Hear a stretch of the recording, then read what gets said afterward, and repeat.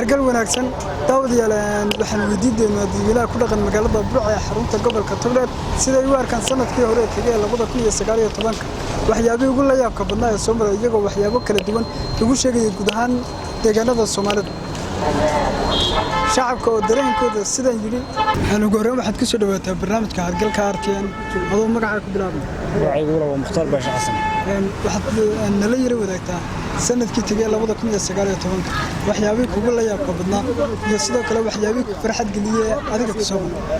hadii aan laba midh ama saddex midh waxyaabihii farxad geliyay aan ku soo xasuusto horta koow gorgorkii dadka cunay ila meerayso hablihii afarta gobdhood ee Fargeesanka ku kufsaday ma garanaysaa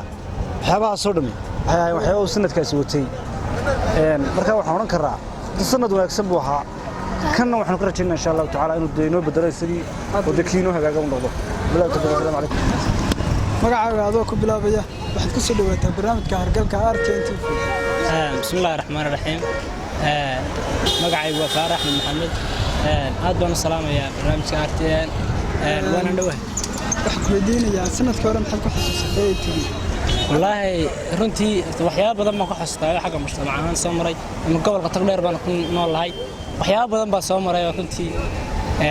aan haru loo arki jirno imka cusub shimbirta ka cunaysa baan xitaa aragnay reer farxadana oo meel walba laga qeyli qof yaro madaxa loo galiyay digsi waxyaabaha aan ku aragnay gobolka Togdheer sanadkan soo maray maxay tahay waxyaabo badan oo kale runtii aan imka xasuusano sanadka cusub soo maray way jira sanad aad u buuxo ahaa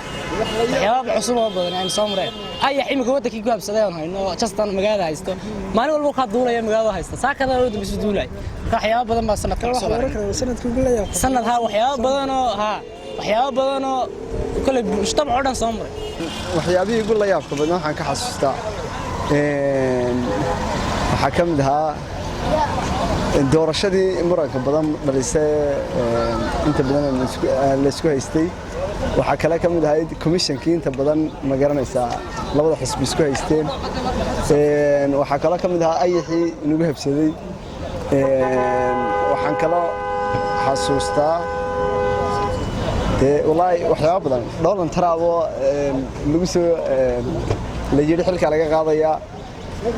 waxa kale ka mid ahaa madaxweynaha Farmaajo oo isna ay la kici gaadhay waxyaabo badan wallahi maxay la kartaa sanadkaas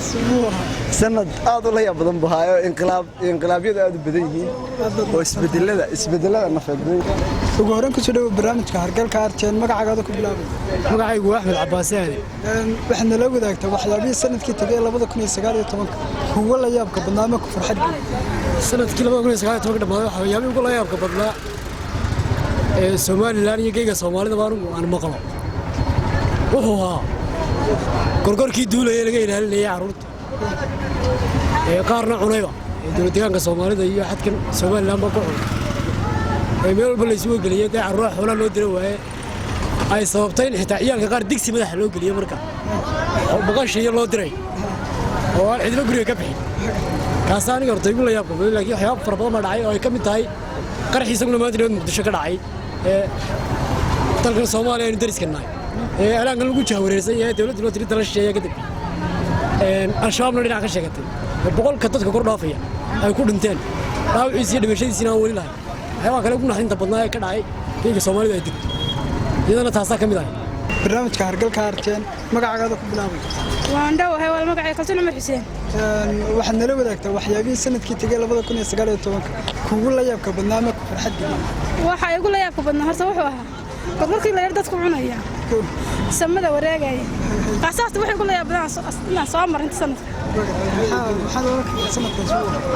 sanadkaas waxa sanad ilaa عبد الغني بافو برنامج كهرجل كأرتيان